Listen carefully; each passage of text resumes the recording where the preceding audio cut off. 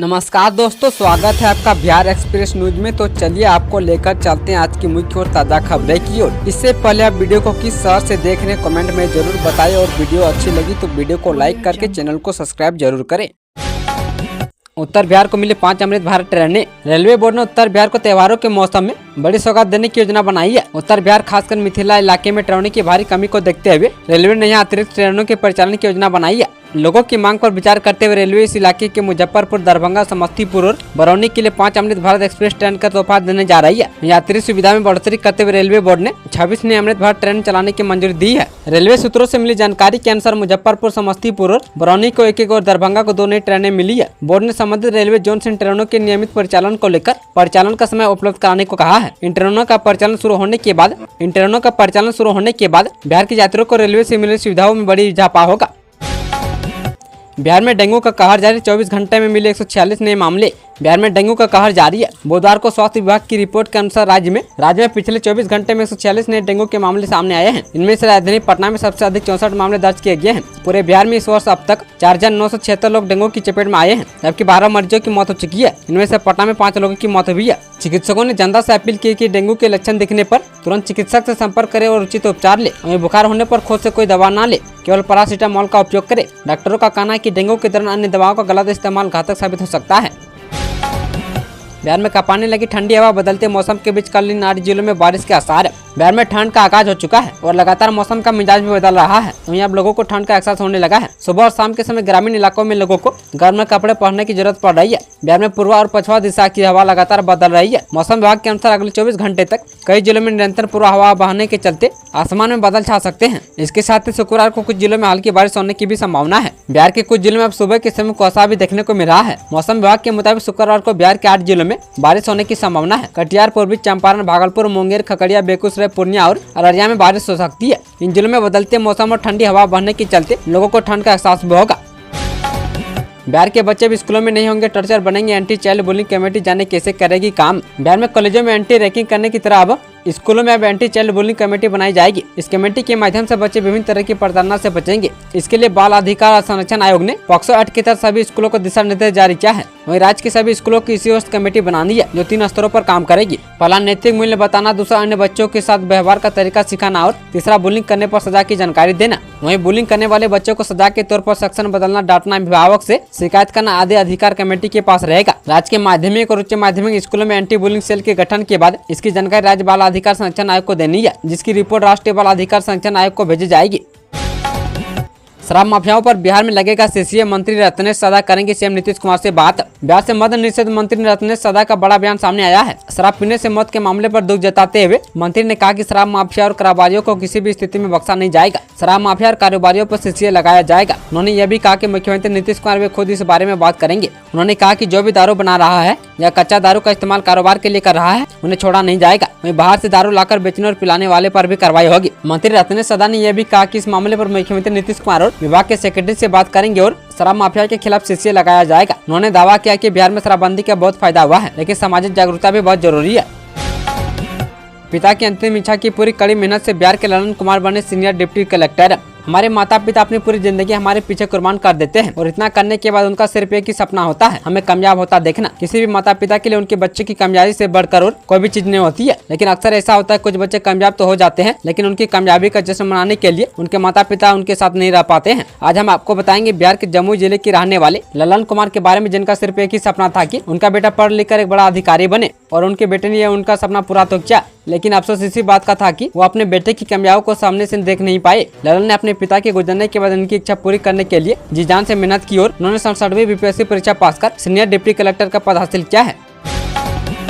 बिहार की सरकारी ITI में 20 और 40 रुपए में होगी पढ़ाई। बिहार की सभी सरकारी औद्योगिक परीक्षण संस्थान का शुल्क तय हो गया है। अब मात्र 40 रुपए प्रति माह की फीस पर सरकारी ITI में सामान्य कोटे के तथा SC/ST कोटे के बच्चों को 20 रुपए महीने देने होंगे। श्रम संसाधन विभाग ने परीक्षा शुल्क से लेकर पंजीयन शुल्क तक तय कर दिया है। विभाग की ओर से इसकी अधिसूचना भी जारी कर दी गई है। अधिसूचना के अनुसार national council of vocational training से मान्यता प्राप्त संस्थानों में पढ़ने वाले छात्रों को पंजीयन शुल्क के तौर पर कोई शुल्क नहीं देना होगा, यानी उससे कोई राशि नहीं ली जाएगी। लेकिन state council of vocational training से मान्यता प्राप्त सरकारी ITI में पढ़ने वाले सामान्य श्रेणी के छात्रों को पंजीयन शुल्क के तौर पर 100 रुपये देने होंगे। वहीं SC/ST के छात्रों को मात्र 50 रुपये ही देने होंगे। साथ ही विभाग ने अवधान राशि भी तय कर दिया है। इसके तहत सामान्य श्रेणी के साथ SC/ST कोटे के छात्रों को 500 रुपये देने होंगे।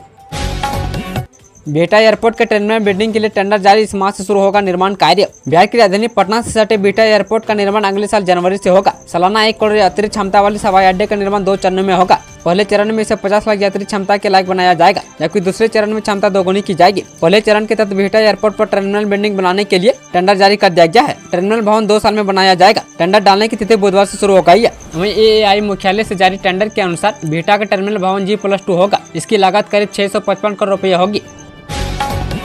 देश में पहली बार 1 से 3 ट्रांसजेंडर बनेंगे दरोगा। 21 को नीतीश कुमार देंगे नियुक्ति पत्र। बिहार देश का एक हिस्सा पहला राज्य होगा जहां 3 ट्रांसजेंडरों को एक साथ दरोगा पद के लिए नियुक्ति पत्र सौंपा जाएगा। दरअसल राज्य के मुख्यमंत्री नीतीश कुमार बिहार के नवनियुक्त 1239 पुलिस अवर निरीक्षक को नियुक्ति पत्र देंगे। बिहार में पहली बार ट्रांसजेंडर पुलिस अवर निरीक्षकों को भी इस मौके पर नियुक्ति पत्र सौंपा जाएगा। पुलिस मुख्यालय से मिली जानकारी के अनुसार मानवी मधु कश्यप पहली ट्रांस वुमेन है जो दरोगा बानी है, जबकि रोनित झा और बंटी कुमार ट्रांसमैन है। गृह विभाग एवं पुलिस मुख्यालय की ओर से 21 अक्टूबर को नियुक्ति पत्र वितरण कार्यक्रम का आयोजन किया जाएगा। गांधी मैदान स्थित बापू सभागार में इस कार्यक्रम का आयोजन होगा।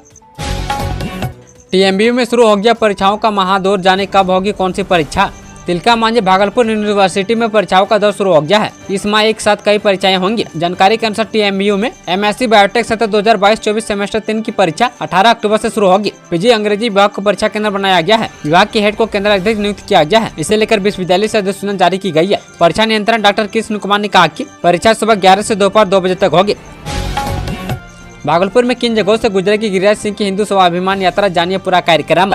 भाजपा के फायर ब्रांड नेता सह केंद्रीय मंत्री गिरिराज सिंह बिहार में हिंदू स्वाभिमान यात्रा करने जा रहे हैं। भागलपुर जिले से उनकी यात्रा शुरू होगी और सीमांचल के जिलों का भी वो दौरा करेंगे। गुरुवार की रात को गिरिराज सिंह भागलपुर के अतिथि गृह में रात्रि विश्राम करेंगे। उसके बाद शुक्रवार को शहर में वो यात्रा के तहत अन्य लोगों के साथ भ्रमण करेंगे। भागलपुर में इस यात्रा का रूट मैप भी तैयार है। वहीं गिरिराज सिंह की इस यात्रा से सियासी घमासान मचा हुआ है। राजद समेत विपक्षी दलों ने गिरिराज सिंह व भाजपा पर निशाना साधा है। शुक्रवार की सुबह भागलपुर शहर से गिरिराज सिंह अपनी इस यात्रा को शुरू करने वाले हैं। वहीं बुढ़ानाथ मंदिर से उनकी यात्रा शुरू होगी, जो बुढ़ानाथ चौक, शंकर टॉकी चौक, नागरमल जिला स्कूल कंपाउंड एवं खलीफा चौक, बेराइटी चौक होते हुए राज्य ट्रांसपोर्ट डिपो तक जाएगी।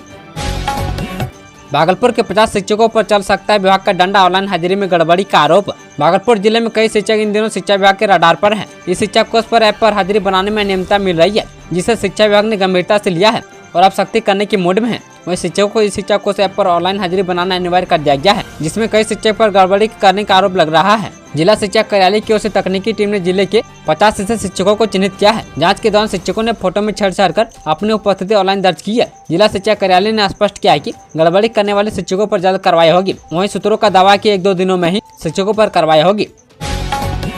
17वीं BPSC के लिए आवेदन की तिथि बढ़ी, साथ ही बढ़ाई गई पदों की संख्या। 17वीं BPSC परीक्षा को लेकर एक बड़ा अपडेट सामने आया। BPSC परीक्षा के लिए आवेदन की तिथि को बढ़ा दिया है। अब उम्मीदवार इस वैकेंसी के लिए 4 नवंबर तक आवेदन कर सकते हैं। साथ ही BPSC की तैयारी करने वाले अभ्यर्थियों के लिए खुशखबरी है। वहीं आयोग के द्वारा इस भर्ती में पदों की संख्या भी बढ़ाई गई है। 17वीं BPSC परीक्षा में आवेदन करने के लिए उम्मीदवारों का किसी भी मान्यता प्राप्त संस्थान से ग्रेजुएट होना अनिवार्य है। बात करें अगर इस भर्ती में शामिल होने के लिए उम्र सीमा की, तो इसके लिए न्यूनतम आयु 20 वर्ष है। वहीं जनरल पुरुष के लिए अधिकतम आयु 37 वर्ष है और महिला और पिछड़े वर्ग के लोगों के लिए अधिकतम आयु सीमा 40 वर्ष है। बता दें कि आयु की गिनती 1 अगस्त 2024 के अनुसार होगी। जहरीली शराब कांड पर सीएम नीतीश कुमार का एक्शन। बिहार के सारण और सिवान में जहरीली शराब कांड को लेकर सीएम नीतीश कुमार ने इस मामले को गंभीरता से लिया है। सीएम ने पटना में उच्च स्तरीय समीक्षा बैठक की। वहीं मुख्यमंत्री ने मद्य निषेध उत्पाद एवं निबंधन विभाग के सचिव को निर्देश दिया है कि वह घटनास्थल पर जाकर पूरी स्थिति की जानकारी लेकर सभी बिंदुओं पर सघन जाँच करे। और मुख्यमंत्री ने ADG की पूरी टीम को घटनास्थल पर जाकर उसकी सघन जाँच कर इस कांड में संलिप्त लोगों के खिलाफ कड़ी कार्रवाई करने का निर्देश दिया है। बिहार के टीकाकरण कैंप में 4 महीने की बच्ची को लगाए 5 इंजेक्शन, मौत के बाद FIR दर्ज। बिहार के खगड़िया जिले में टीकाकरण के बाद 4 महीने की एक बच्ची की मौत हो गई है। जिले के गोगरी नगर परिषद अंतर्गत वार्ड नंबर 32 स्थित आंगनबाड़ी केंद्र संख्या 4 पर आयोजित टीकाकरण अभियान में 4 माह की बच्ची को टीका लगाने के बाद रात में बच्ची की मौत हो गई। घटना बुधवार की रात की है। मृत बच्ची जमालपुर इमली तल के पास की रहने वाली है। परियोजना ने मृत बच्ची को लेकर गुरुवार की सुबह अनुमंडल अस्पताल पहुंचकर प्रभारी चिकित्सक पदाधिकारी से लिखित शिकायत दी है। स्कूल में शिक्षकों को मोबाइल इस्तेमाल करना पड़ा भारी, शिक्षा विभाग ने लिया बड़ा एक्शन। बिहार के वैशाली जिले के उत्कर्ष मध्य विद्यालय गुलजारबाग उर्दू गोरेल में 2 शिक्षिकाओं के अनुशासन ने व्यवहार पर सख्त कार्रवाई की गई है। बुधवार को विद्यालय निरीक्षण के दौरान गोरेल प्रखंड शिक्षा पदाधिकारी ने कक्षा में मोबाइल का उपयोग करते हुए शिक्षिकाओं को रंगेहाथ पकड़ लिया। इस घटना ने शिक्षा विभाग को कड़ी प्रतिक्रिया देने पर मजबूर कर दिया। वहीं प्रखंड शिक्षा अधिकारी ने कार्रवाई करते हुए सलीमा खातून और जकिया खातून पर तुरंत 1 दिन का वेतन काटने का निर्णय लिया। इस मामले के बाद स्थानीय शिक्षा विभाग में हलचल मच गई है।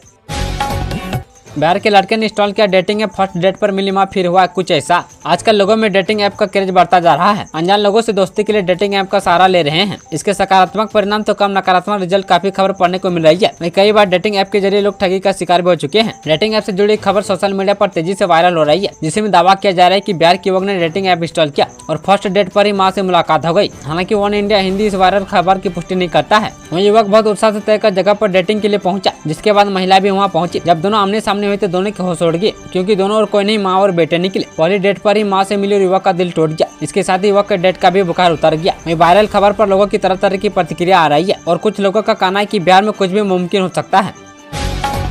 पटना के होटल ताज में होगा फिल्म कॉन्क्लेव का आयोजन। कला संस्कृति विभाग के द्वारा कल पटना के होटल ताज में फिल्म कॉन्क्लेव का आयोजन किया जा रहा है। इस कार्यक्रम में बिहार से जुड़े कई कलाकार शामिल होने वाले हैं। इस कॉन्क्लेव में कलाकार के साथ फिल्म निर्माता और निर्देशक भी मौजूद रहेंगे। कार्यक्रम का आयोजन फिल्म प्रोत्साहन नीति और बिहार में फिल्मों को बढ़ावा देने के लिए किया जा रहा है। उप मुख्यमंत्री सह कला संस्कृति मंत्री विजय सिन्हा की पहल पर बिहार सरकार द्वारा इसका आयोजन किया जा रहा है। फिल्म कॉन्क्लेव का आयोजन इस उद्देश्य से किया जा रहा है कि फिल्म प्रोत्साहन राशि विशिष्टता प्राप्त किए गए बिहार के लोगों के साथ संवाद कर इसकी जानकारी देना है। इसके अलावा फिल्मों की शूटिंग को बढ़ावा देना और बिहार में फिल्म शूटिंग की अनुमति की प्रक्रिया को आसान बनाया जाएगा।